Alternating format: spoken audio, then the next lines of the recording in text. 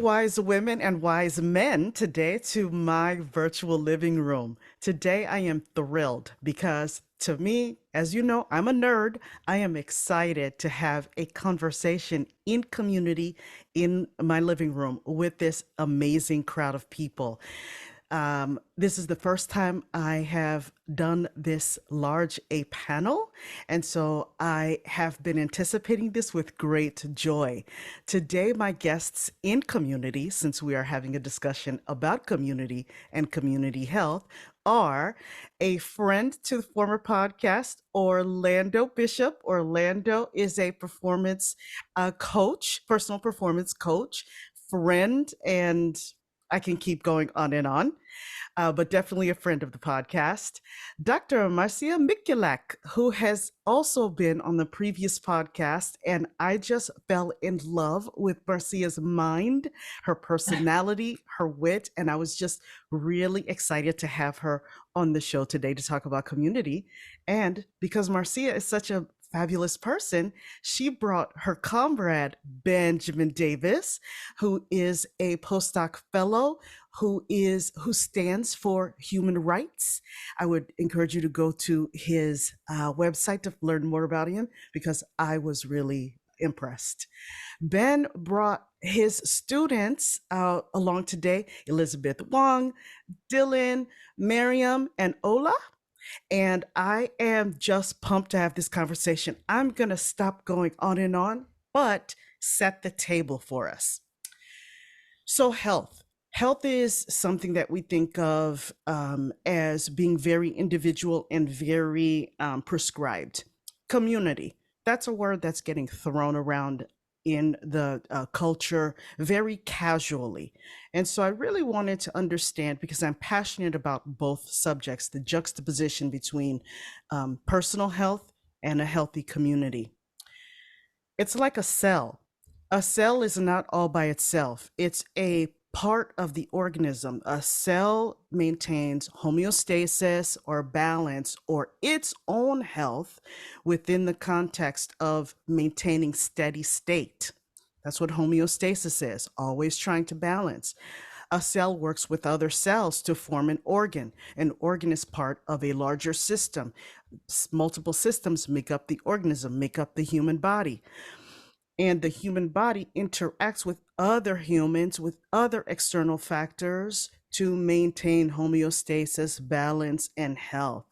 So with that being said, I would like to open up the floor and ask everyone the first question. Let's start with health so we can dive into community first. Whoever wants to go first, when I say health, what does that mean to you?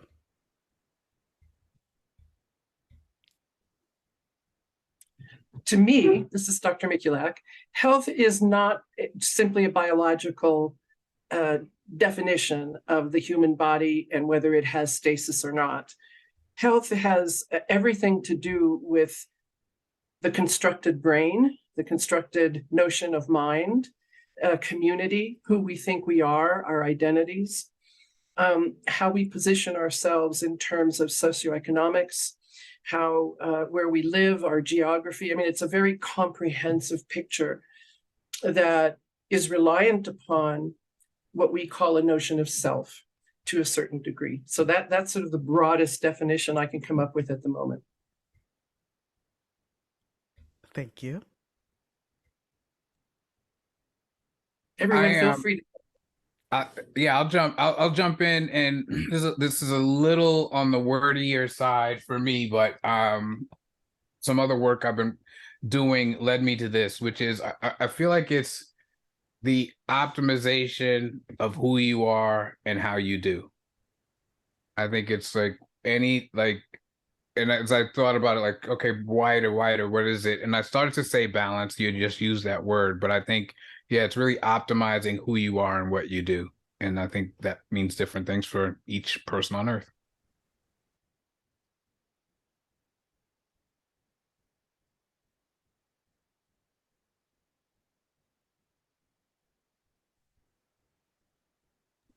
I'll jump in. I think, like you said, Orlando, it has various definitions, but I think for me, health, and when I think of myself as being the most healthy, it is kind of having soundness in mind, body, and spirit. And so for me, if my physical, emotional, mental, spiritual needs are kind of taken care of and nurtured, that's when I feel like I'm most healthy. And I think that can apply to a larger level, but on an individual level as well.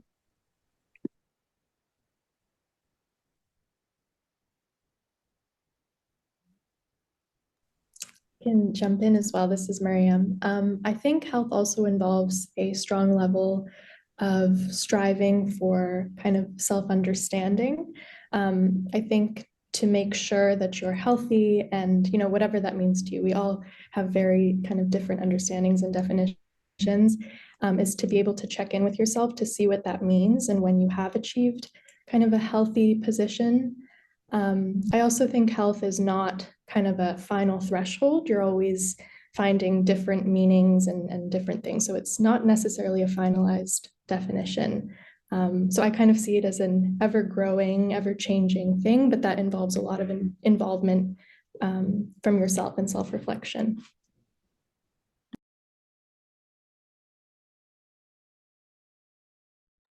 I'll just jump in here after this point because I think I couldn't say it any better than Mariam did. I think that health really is something that is A, individualized, and B, is constantly being constructed on an ongoing basis. I think the predominant narrative is to believe that there's one way to be healthy for everybody, but that is totally not the case at all. And I say co-constructive because as a trans person, what I believed was healthy for me, 2 years ago is completely antithetical to everything that I believe healthy for me is now, with both mental and physical health. So that's what I would say. I really appreciate Dylan, not to double dip on the one question here, but I really appreciate what Dylan just introduced in terms of time on two levels. I think there's something around sustainability, and I know when I'm sort of moving toward healthy, but maybe not in the healthiest place, it's like I'm focused on physical now, and I'm killing it on physical, but and when I felt I've been healthy, it's just when there's a stretch of time where at least everything can't be to 100 all the time, but where there's some maintenance, nothing's being neglected as I'm going in terms of health in that way. And yes, that the needs do change.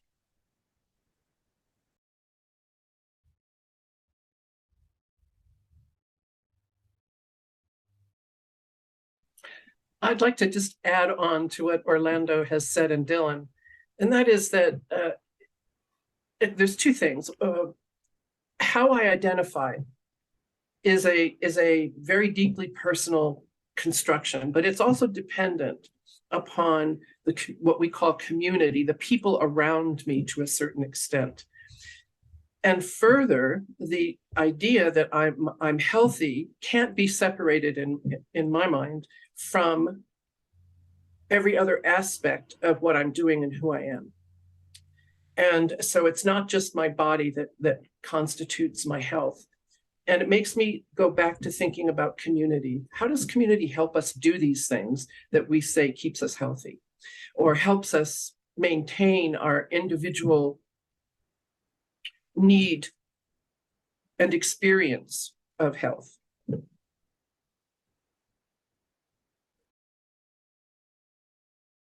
I've been thinking since moving back to the US from Canada, at which I've gotten many questions, including from Lyft drivers, like, why did you move back? But in Canada, having a province provided healthcare meant that if I had something going on with my body, I would just go. I would call my primary care provider, or I would go to the emergency room, whatever it was. And I have noticed since coming back, I think this is close to Dr. Mikulak's point on community. I think about how much money I have. I think what is going on with my body, and then I think, could I actually afford could I afford the emergency room in this moment? Or is this more of an urgent care sort of trip? Or am I in the cabinet trying to figure out if I have any non-expired medicine that will take me through this moment? So there is I'm not thrilled that my brain will jump immediately to that economic calculus in that moment, but it has been something I've observed since changing my context or changing my environment or society, or however you want to say that. Hmm. Hmm. What a rich set of comments. Elizabeth, did you want to weigh in at all? Sure. I've been listening to everyone's comments on the links between health and growth, particularly communal growth. And I think this made me think about the ways that communities respond together to health concerns that affect multiple people. So in particular, I was thinking about Indigenous nations and even other communities and access to clean water, or different environmental threats that pose very dangerous health risks. And I think it's interesting that by necessity, communities have to respond to these threats together, and health automatically becomes, larger than the individual, I guess. Thank you for. Go ahead, Orlando. No, I was going to say, I think there's something to be explored, and that's really, really insightful, Elizabeth. I think there's something to be explored around. I can optimize my own health even in the context of a community that is showing itself to be unhealthy in some way. So playing back to your thing about the cells, I could have an issue with my heart, but my liver might be fine, and then but my body won't be fine.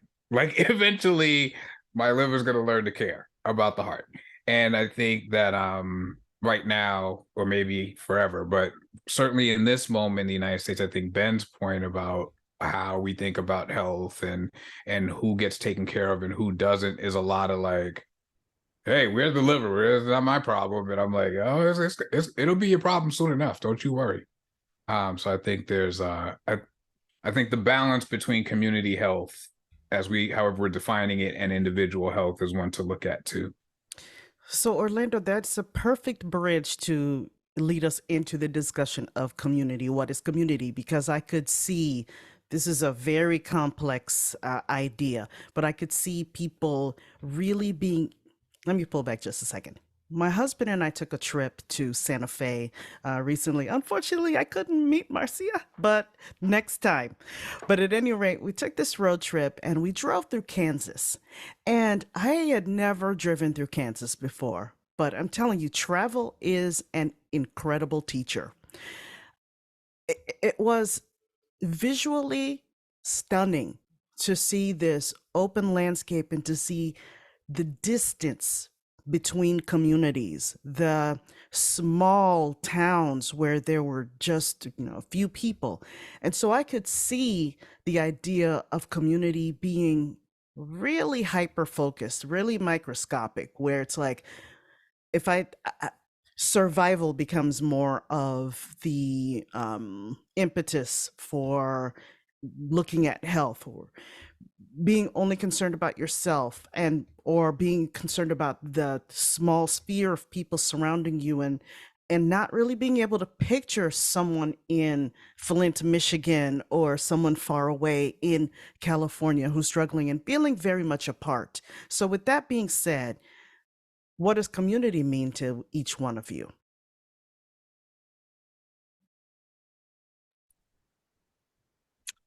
I'd like to start this. I'm going to read some definitions that that are on the web from sources that you can find very easily that define a sort of social discourse on what community means, a kind of common notion of community. And then I think each one of us can find that no, that's not what it is. The Oxford English Dictionary, for example, says a body of people who live in the same place, usually sharing a common culture or ethnic identity, hence a place where a particular body of people lives. That's one definition. The Oxford Learner's Dictionary says a group of people who share the same religion, race, job, etc., which means that there's a kind of common denominator to us all. But there's always this notion in these definitions, and I have several more, but because of time, I'm going to keep it short.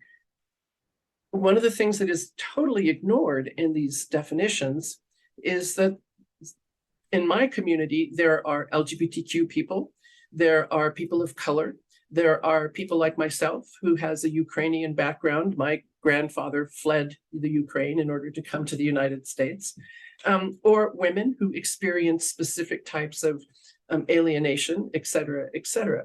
So with this in mind, what is this notion of community and how does it come together to work for all of our disparate needs? Because we're not all cohesive, you know? And what would it mean, one last question, to not make a judgment about anything? Is that possible? Is it possible to hear what someone says without agreeing or disagreeing, being dichotomous? And if so, what might that mean? Where would that take us? So that's my thought on this. I can jump in. I have a connected reflection on kind of the definition of community. I was listening to the podcast Ologies with Ali Ward as the host, and she had an etymologist on, Helen Zaltzman, and it was a few days ago, so I knew I was going to be on this podcast, and they actually spoke about the word community, and I thought, I have to remember that definition and their conversation there. But Dr. Mikulak, it was something similar about that. So they were talking about how often the word community is used interchangeably with people when we should really be saying people. For example, the Indigenous community, when we should be saying, Indigenous people are experiencing this, because within that facet of Indigenous people, like you said, Dr. Mikulak, there's so many intersections. There's people who are dealing with different things. They might not necessarily prescribe to the idea of being a full community in the way that whoever is kind of bringing that narrative would think they are. And I think that says a lot about what being in community really is. And I see it kind of as a conscious choice to be in community with somebody else. So when you're using community as an interchangeable term with people, when you should really be saying, the students who are people here, not the student community and things like that, it kind of glosses over those ideas about why people choose to be in community with one another. So yeah, those were just my initial reflections, but I think the etymology of the word was a really interesting discussion as well.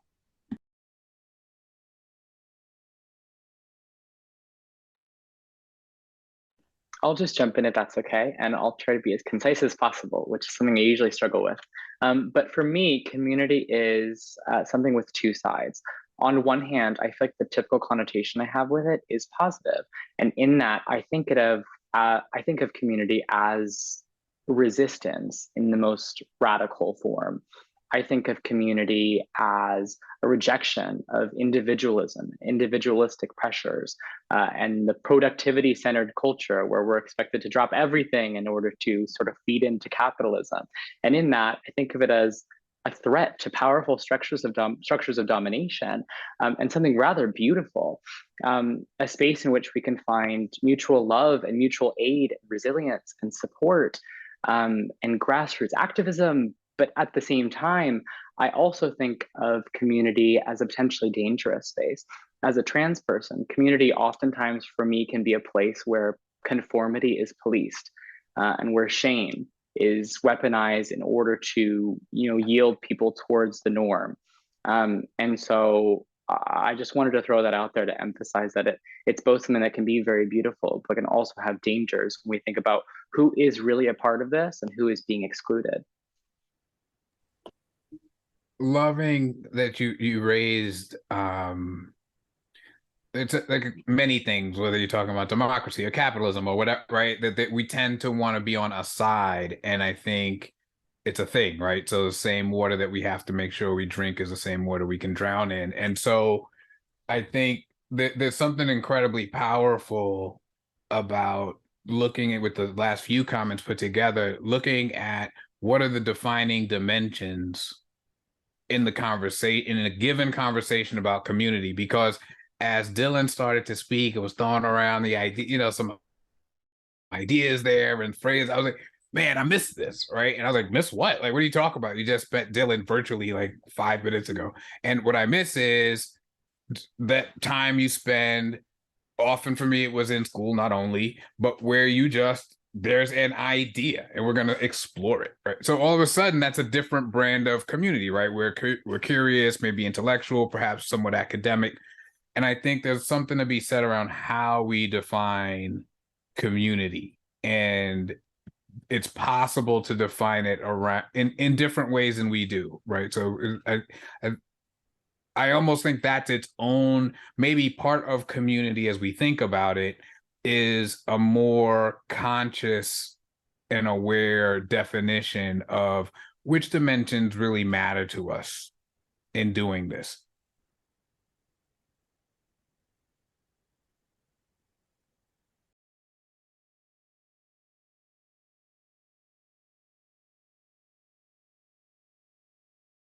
I'm going to jump in again, as always.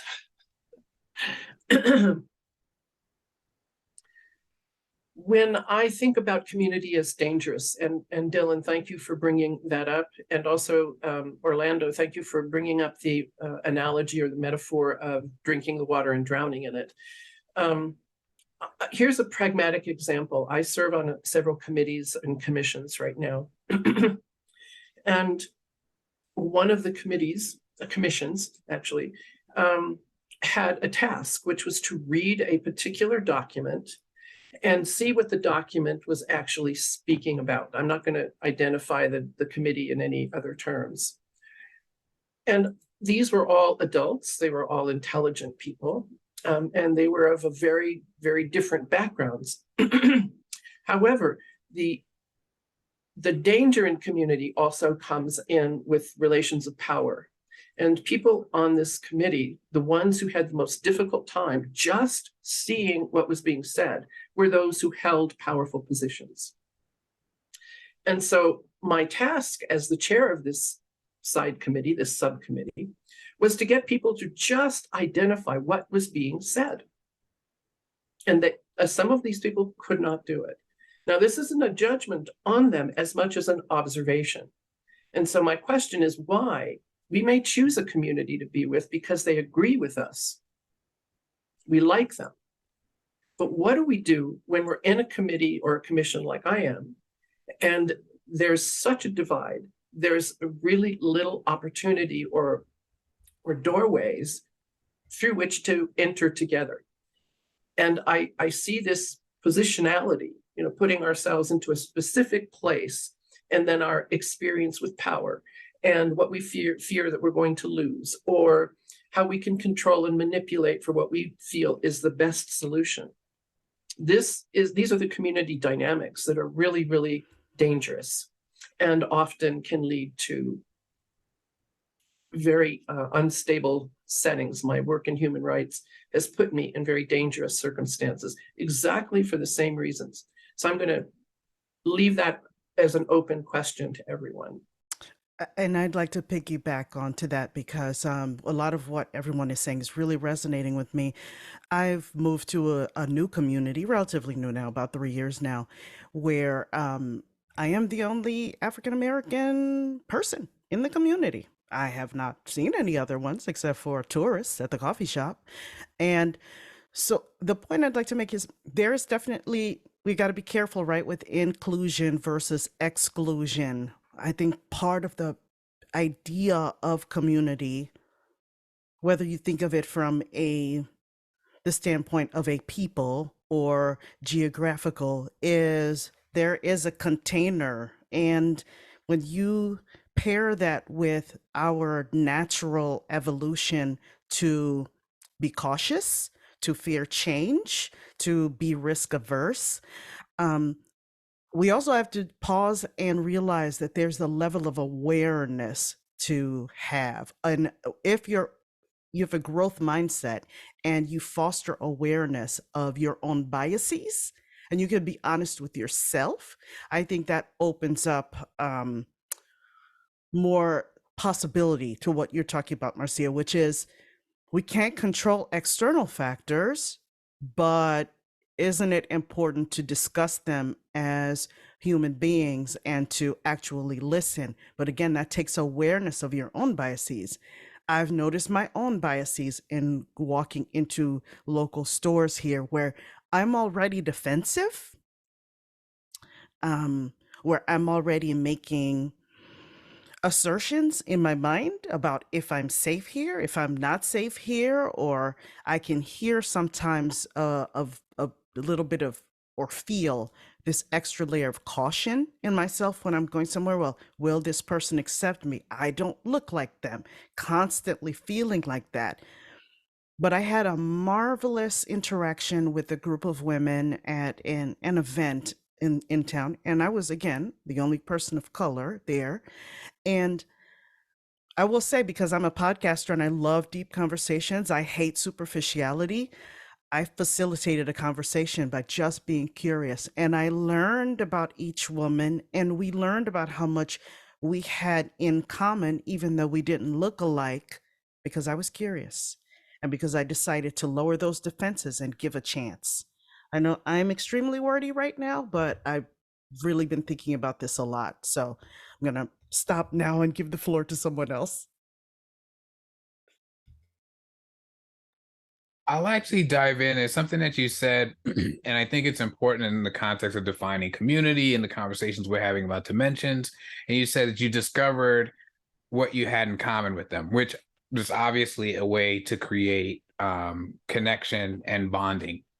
I think there's also something to be considered around who amongst us chooses to create community with people who are unlike us.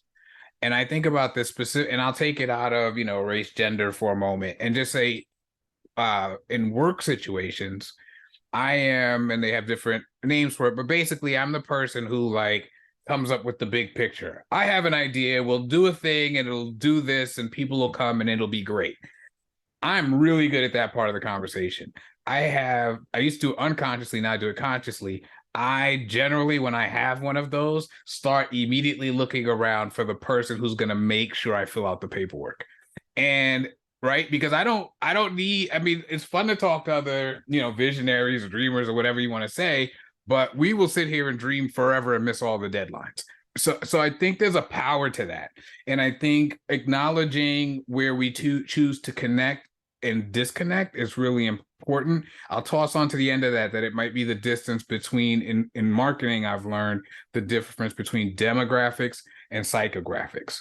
And I think I tend, in my creation of community, to be on a much more of a psychographic wavelength, tip, whatever, than a demographic one necessarily. I feel like also I've lived in Brooklyn, I've lived in New Haven, I've lived in LA. I haven't lived in Topeka, right? So maybe if I lived in Topeka, my view of the world would be a little bit different there, but I was always surrounded by a ton of people who were nothing like me.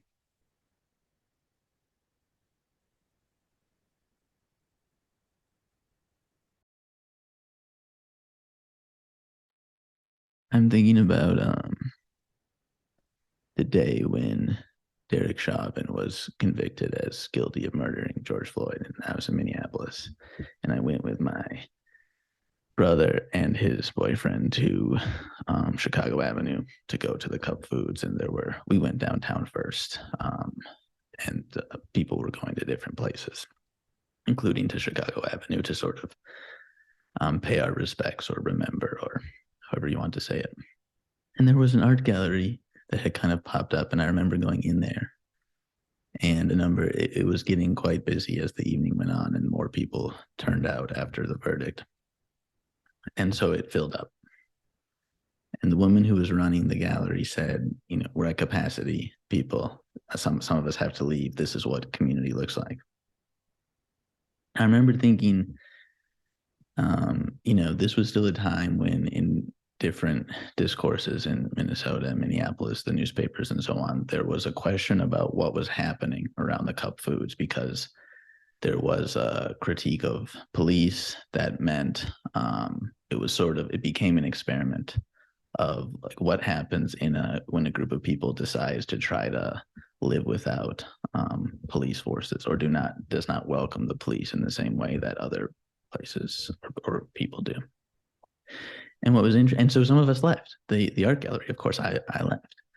And one of the things that I often reflect on in that moment, that if we think about what is the community there, what is held in common, right? It's not an ethnic bond necessarily. It's not a linguistic bond necessarily. It's not that we look a certain way. It's that a group of people had committed, whether in that moment in the art gallery or in that space on Chicago Avenue, to try to live without coercive force as an acceptable way of solving problems. And so I think, like, right, sometimes we talk about an anarchist or an abolitionist. You brought up Kansas, Dr. Kelly. Did we think John Brown raided, going from Kansas to raid Harper's Ferry? But there's also a way I think those terms could be, we could talk about abolition, and it could be thought of also as that simple care for one another, or commitment to solving our problems in a certain way that doesn't involve violence.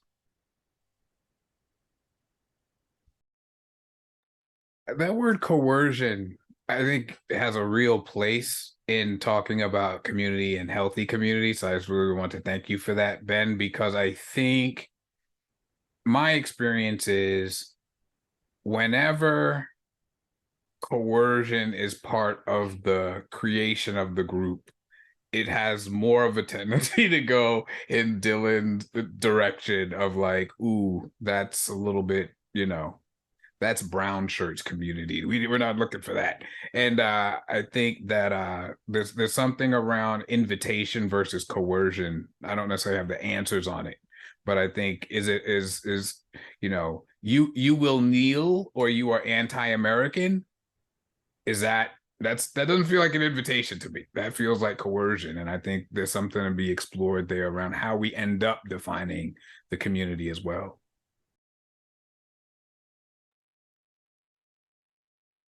I also like think to I was go just ahead. just really briefly, I was just going to say that I think there's a power in self-selection. And what I mean by that is, so we have identities, to come back to what Dr. Mikulak said earlier. That's part of our the formula, or the way we think about being in community. But I think if you can, in that example I gave about feeling threatened when I went into that event, I'm also largely an introvert, so social interactions like that with strangers also seem threatening. But if I don't identify, or if I'm able to let go of the identity of I am an introvert, and also entering the space and letting go of I am only this, or I am a Black woman, and letting go of the identification, I can find some common ground with people in different settings, because I can find something to select, something to let go of as part of my identity in order to allow myself to feel safe in that space. Thank you, Nadine. I was actually going to speak to just that, this constructed notion of the I, of me. And those are biases. They're biases I have about myself and who I am and what I can and what I cannot do. And the question I have, and I'd love to hear from the students to answer this question.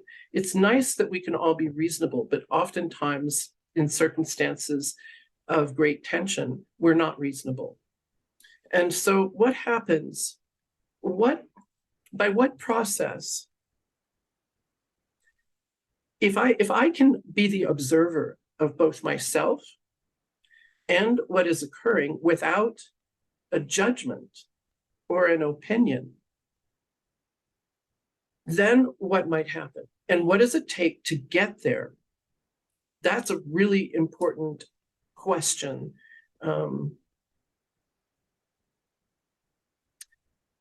If I can just, I don't want to take up too much time, but I do want to say something that's really important. There were times in my travels in Africa, principally, where I was in very difficult circumstances. I was doing human rights work there. And I had actually done something that the police that were guarding a particular location, which was the president's house. And I didn't know I had pulled into the driveway of the president's house because there's no sign president. There's no White House. There's no nothing. And these guards came out from behind recessed walls with their machine guns and told me to get out of my car. And then they took my purse, they took my passport. And I thought, wait a minute, you can't take my passport. I'm a US citizen. And they said, you move, we'll shoot you. And in that moment, it was very clear, Dr. Davis knows this story, it was very clear that I had no rights whatsoever. And the only thing I had was my humanity between that person and myself. That was it. It just bam, it just clicked on me really quickly. And so I was interrogated for several hours, and eventually they let me go. And I've had several circumstances where that's happened. And every time it's that relationship between myself and that other person. But do we have to get near death to have that happen? And what are ways that we can get there by being self-reflexive, as we say in anthropology, that is observing myself while I'm acting, but not following the stories that my brain tells me, but becoming aware of those stories and letting them just be. So questions, students, I would really love to hear, because you're the next step here.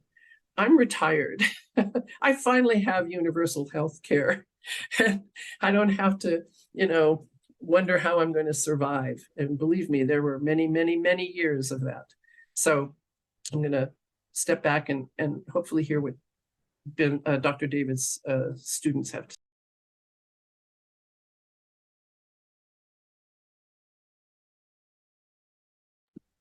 I think that, this is a really large question, and I don't know that I'll speak to the self-reflexive part of it, but I think in various ways we've spoken to the ways that community involves exchange, and that might be exchange in terms of, negotiating what kinds of needs or what kind of care you need from another person.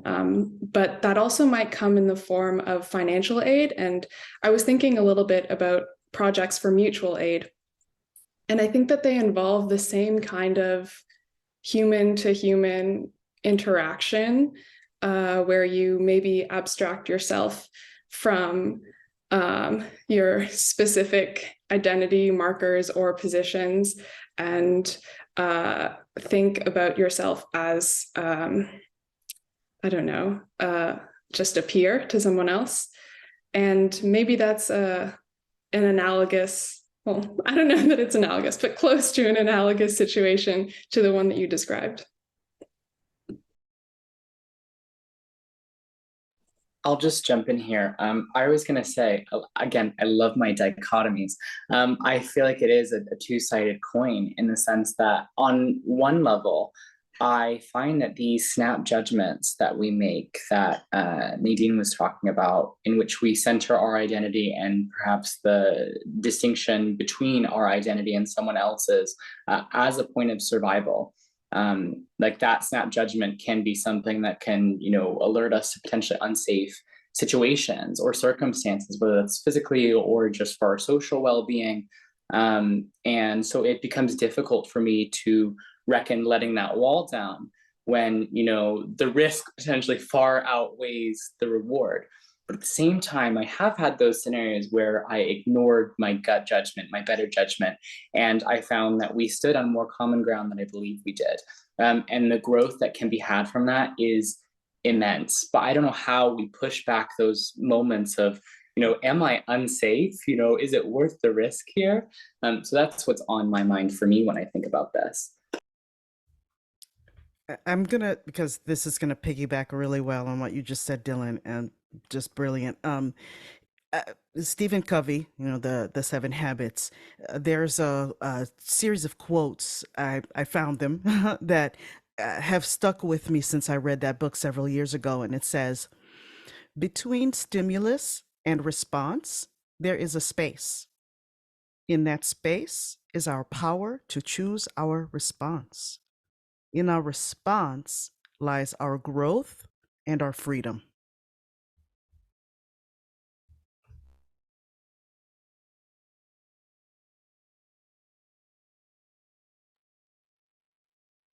I think there's something powerful about calling out choice there. And without too much of my voice here, I think the choices that we're making in the name of community. I think in that what I've found, because I've been working with that space for a couple of reasons of my own, and what I find powerful in that space are questions. I find that in terms of moving out, like the Walt Whitman, be curious, not judgmental, for all the Ted Lasso fans who might be here. But if I can get myself asking questions, even if I think I know the answers, that usually moves me closer to that curious side of the spectrum, and it's really helpful. Orlando, I think that makes me think of, the idea of being curious, as opposed to just jumping to judgment. And back to Dr. Mikulak's question of, how to maybe refrain from judgment while I'm observing myself and others. I think for me as a student journalist, so one of the first things that we learn is how to be objective through our entire reporting process, whether it's, speaking to sources or actually sitting down and writing something. And so we learn, okay, here's how to ask certain questions. Here's how you conduct yourself without making it known what your opinion is, without putting yourself into a story. And so in that aspect, maybe curiosity kind of takes the forefront. So you take yourself out of it, you remain curious to learn the different complexities, the nuances of a situation. But on the other hand, as we deconstruct the idea of objectivity, I think we begin to learn about the various harms that it has, more so than maybe the goods. And so if I'm speaking to someone who has just gone through a situation, they're suffering, I'm not going to sit there and pretend to be this robot of just asking questions, tell me your answer, and that's it, I'll go away. But rather, how do I make my role as a journalist a person who can sit with this person and maybe, again, sit with this person as a form of community, to not only listen to them, report about what's going on, but also maybe, having that empathetic listening aspect as well. And so I think I tried to kind of understand it from this both the dichotomy, again, like what you said, Dylan, but I think there is a lot to be said about how, I don't know, I think the concept of objectivity kind of functions here.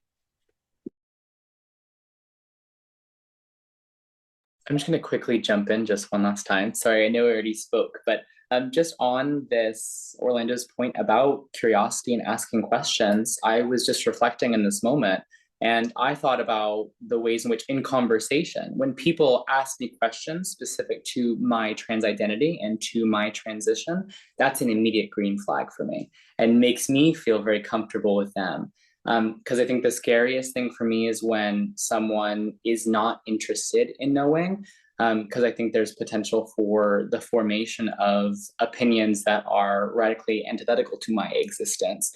So someone being in a space where they at least want to know, whether it's a deeply philosophical question or one that just has to do with the phonetics of the process, that to me, I think it makes me immediately feel safe and comfortable, which goes right back to Nadine, your point about, you created this sense of, I guess, micro community by asking those questions and by being curious, and you learned about everyone who you were with. So I think the power of that, of curiosity and asking questions and expressing that you want to know about someone and their human lived experience cannot be understated. I wanted to share just, kind of my own reflections So I'm nearing the end of my first year of law school, just have a few months left, thankfully. It's been a hard year, but I've enjoyed it for sure. And it's also been a lot of that experience of confronting my biases and thinking about the spaces that I believe I belong in, or the spaces that I maybe came into law school thinking were kind of reserved for people who look different than me, who are normally dominant in society, and things like that. And I really appreciate there's a strong group of BIPOC female professors who have created kind of a group. We had one meeting where we watched The Chair with Sandra Oh, an episode of that show. And so we were reflecting kind of on the academic environment and bringing your identity into that, while also making sure that you don't put aside maybe not your biases, but the experiences that you bring to the situation. And so, and one of the professors in that group is a corporate lawyer. She's been involved in the business sector for most of her career, and she's one of the leading professors at our institution in that area. And hearing her speak about the ways that she's allowed her identity to come through in her work and how it's actually helped to give her community with students who kind of see themselves in her, or break down, that classic statement, but break down barriers that, as when she was a student, she didn't think were possible, was very kind of enlightening in a way, because it allowed me to think about those fears kind of not as static and how I tended to view them before I came in. I thought, okay, if I want to be in corporate law, there's a certain code I have to speak, there's a certain way I have to be. And I found that changing my choices. I was volunteering for certain things that I saw maybe my identity as a person of color, as a woman, would allow for that to flourish. And I was going away from other opportunities, but kind of seeing through her experience and having those open discussions reminds me that when we do that, we are closing the door for ourselves, and maybe we're contributing to that idea of a community being exclusive. And of course, there's a lot of pushback. Sorry, I realize I'm going off and talking for a while here, but there's a lot of pushback initially, right? There's a lot of uncomfortability when you are trying to enter those spaces that aren't typically designed for you. But I think the idea of having community, and especially in those lunch sessions that we've had where we watch the show and we reflect on it, is a really important kind of sidekick to that. So I found that entering spaces that don't seem like they're designed for you is really important, but also being able to lean on other people and actually reflect on those experiences is really important too.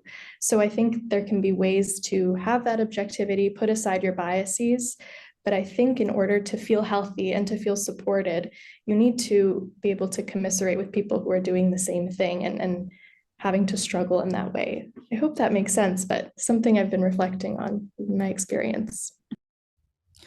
That made a ton of sense, and I have a lot of little light bulbs in my that are going off right now. So one of the things I kind of want to talk about with that you've brought up, Mariam, thank you so much for that last share. Dylan, thank you for the openness you've been bringing to the conversation too. So I was super curious while you were both talking, and I've been in plenty of positions like this myself. How do you manage the exhaustion of being other in that space and teaching the people around you that you're not a threat? Because we think, oh, they're threatening to us, but that othering and that having that container of community, it's the people within that community looking at you, going, no. And you're also saying, self-selecting and saying, I don't belong there. But then when you do go into that space, the constant teaching.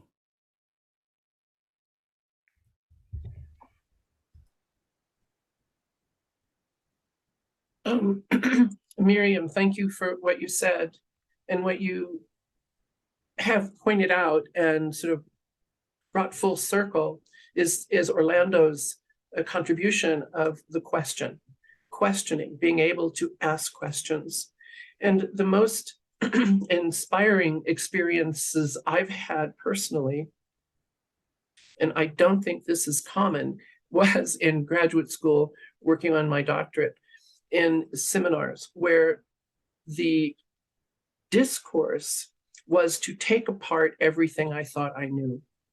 And so my brain was coming apart, literally. It felt like I couldn't figure out what was what. And that was a very liberating, first of all, very scary feeling, and then a very liberating feeling. And to be able to watch myself and my biases, I mean, there is no way to not be biased. And so being honest all the time may seem like a very hard thing to do, but it's very liberating. So this then raises the question of exhaustion and how are we going to maintain a sense of curiosity in a society that simply most of the time wants us to agree with whoever's speaking. How do we maintain the joy of questioning when there are people who don't want to be questioned?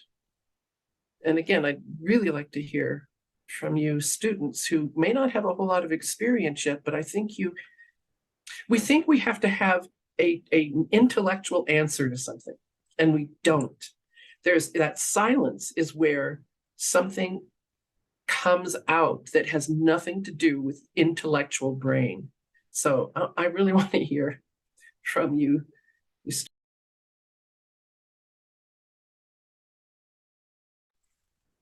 And Dr.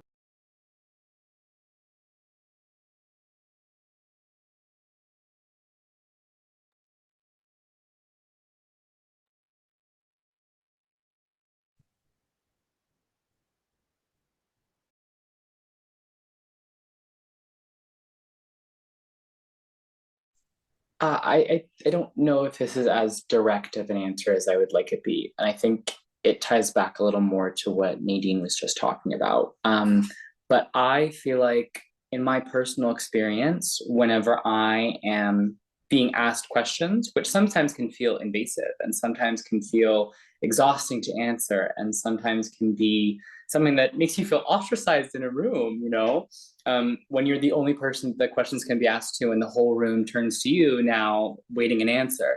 It can be an uncomfortable experience. But for me personally, the thing that propels me to continue encouraging others to ask questions and to answering these questions to the fullest of my ability is because I remember that every question that I answer is one that a girl in the future doesn't have to answer. And every answer that I provide is an opportunity for me to change someone's mind about trans people. Because a lot of people that I found, they have formulated a view of trans or queer people out of a lack of having any inner life. They've never interacted with any. And so the only idea of a trans person is the narrative that gets produced by people who are external to the trans identity, which leaves a lot of space for misinformation, leaves a lot of space for fear mongering, and for the creation of caricatures. But I found that, like, for people who have never met a trans person, them sitting down and talking to me, I am now responsible for creating their image of a trans person in their mind.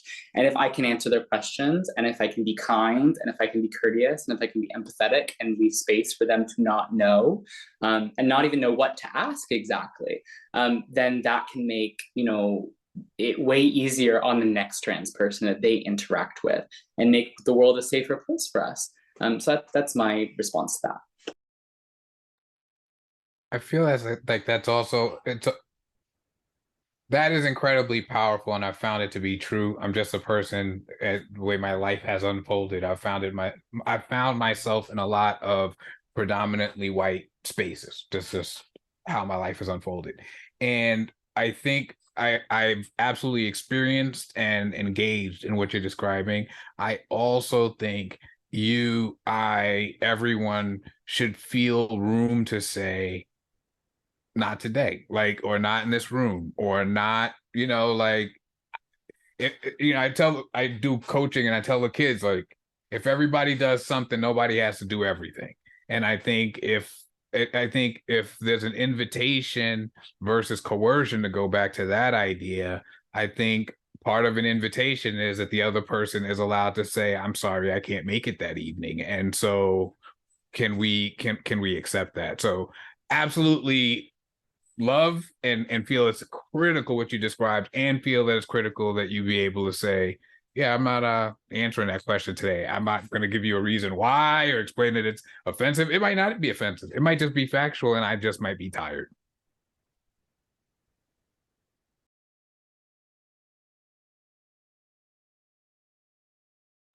I really like that contribution, Orlando. I've been in situations, specifically, I think it was a classroom where I've kind of been put in the situation where I felt like I had to kind of answer questions and be a representative for Muslims, but Muslim women specifically.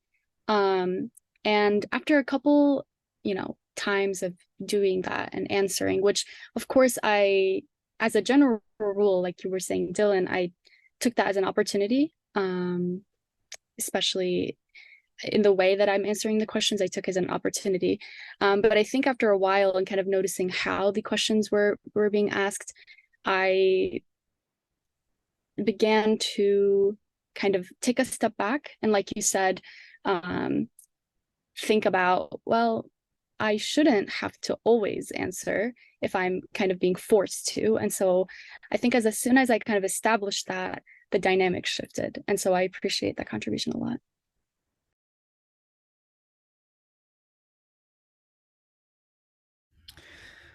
We are coming to close to the end, and I want to end on by asking you one more simple question. Not that any of these questions have been simple, but I thank you all for your generosity and your vulnerability, your openness to the conversation.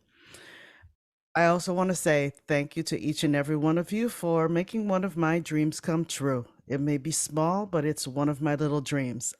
Remember that I was very nervous before this conversation, as I said at the top of the hour, because I was bringing up memories for myself. It was a narrative, a story where I was transported back to that scared little girl who was just quaking.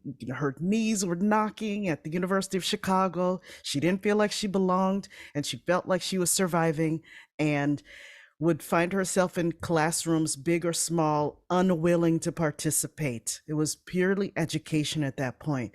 And now I'm this big girl. I'm evolved, and I forget who talked about health as this evolution. One of you did so brilliantly in the beginning, but I've evolved into this person who is a lifelong learner and has had the absolute thrill of being at this lovely round table and not feeling at all excluded, and part of a beautiful conversation.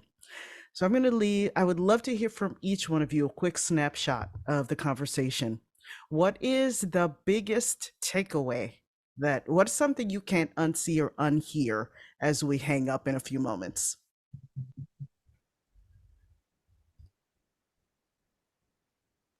Nadine, I really appreciate. Oh, so sorry. No, you please. Thank you. I really appreciated your story about kind of entering your new environment and finding ways to connect with the women that you kind of initially went in thinking that you wouldn't. That's actually something I've been thinking a lot about recently and constantly trying to check myself. I tend to make judgments. Like I said, I'm in my first year of law school, so we're being introduced to so many kinds of firms and people and opportunities for the future. And I tend to assume I already know myself. At 23 years old, I'm aware what I like and what I don't like and the environments I strive in, but that's not the reality whatsoever. And so I think this year has been a lot of growth in that sense. And I'm definitely going to take your story forward. And I think I'll remember it when I make those judgments initially and try and check myself and be in conversation with myself.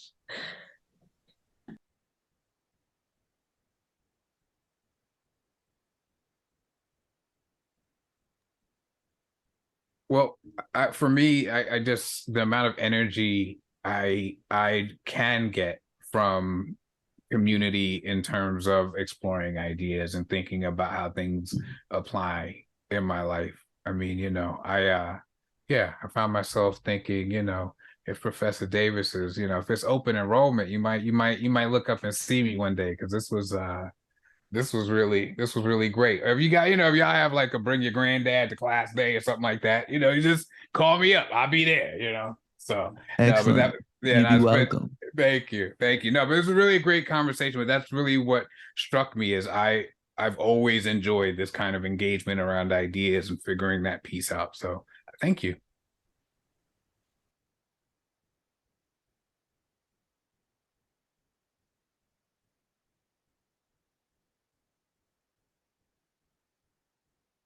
Well, okay. I'm right there with Orlando. Dr. Davis, can I take your class? One of the things I always appreciate and always have appreciated as a professor is when students are engaged and willing to feel a little bit uncomfortable and then begin to like open their minds, to this, as I think it was Mariam who said that she thought she knew who she was.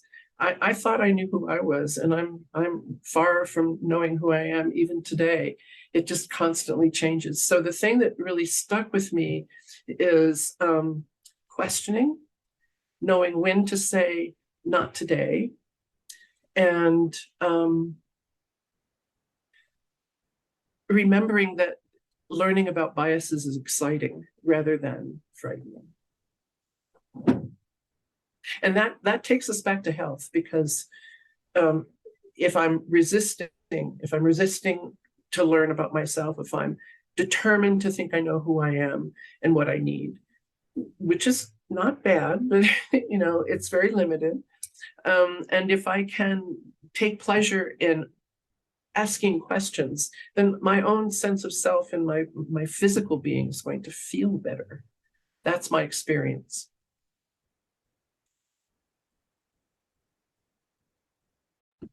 I think I also really appreciated, sorry, Dylan, our discussion about questions. Also, just the ways that we have shifting responsibilities to people who we are in community with.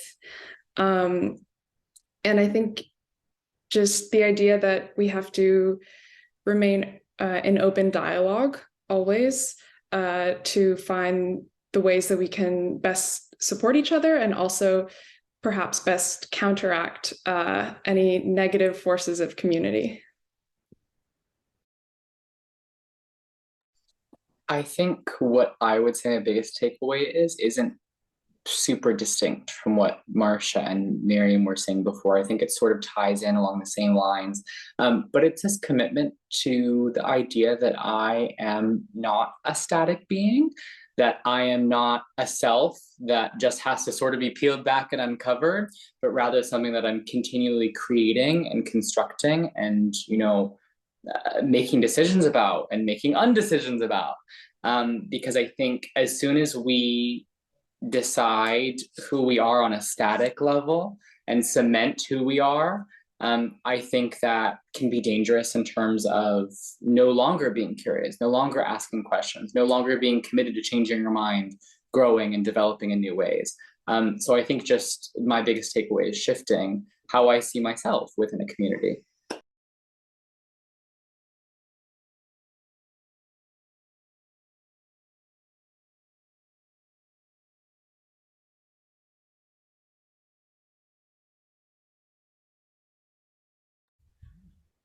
Go ahead, Ben. Yeah, I mean, I think I want to pose a kind of question or almost a challenge to our group and particularly our audience, which is, there's a way we, particularly I think people who understand themselves to some extent on the left or as progressive, or that are, there's a way we've come to talk about,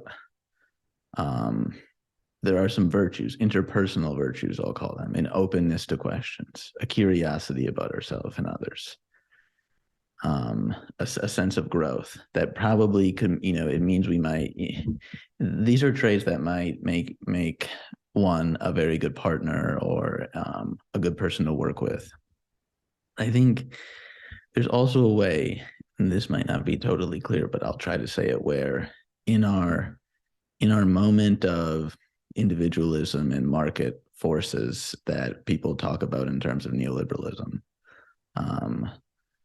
the burden so often is put on the individual to grow, to become better, to learn how to use the right words. And we almost lose a sense of the wider political opportunity. So the question becomes sometimes, in what direction are we growing toward, or through what norms, or on whose terms, right? I'm thinking someone like Malcolm X said, you don't integrate into a burning house.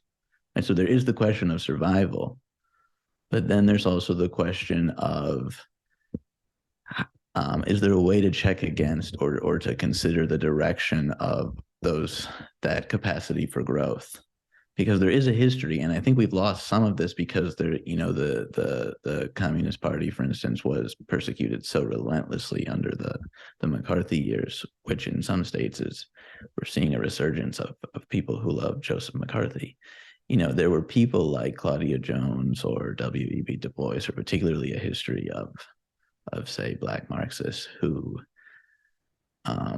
had no interest in it. They were not fundraising. They were not trying to grow in a direction of success in the way the country defined success. It was about building a party or organizing working people, and suffered tremendous consequences. Your passport is taken.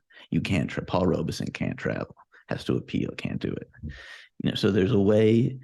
I just want to bring in some of those names and sort of uplift some of that history in this conversation, because it's important, I think, that the challenge is not to let those individualistic norms be our goal, and instead try to link what we're up to building power in a way that I think Orlando said very nicely when he used powerful in a positive term. Right? Power is something that could be built in community, that has to do with the rights we have, the healthcare we have, even as we sometimes get things wrong interpersonally. But that, I think, is a challenge we're left with as we talk about these habits. Thank you, Ben. Ulaa, do you want to take us home? All right. I think what stuck with me the most, really resonated, I wrote this down as I believe Mariam and some others were talking about it early on, is that community can be a choice. I think as a student, I often think my primary identity is okay, or my primary community is other students. And then even within that, it's very easy to be kind of stratified by just kind of your academic interests or your visible identities.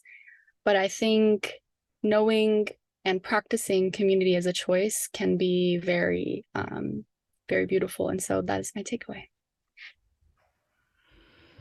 Many, many thanks, everybody. Have a wonderful rest of your day. And I would love to do this again. I learned a lot.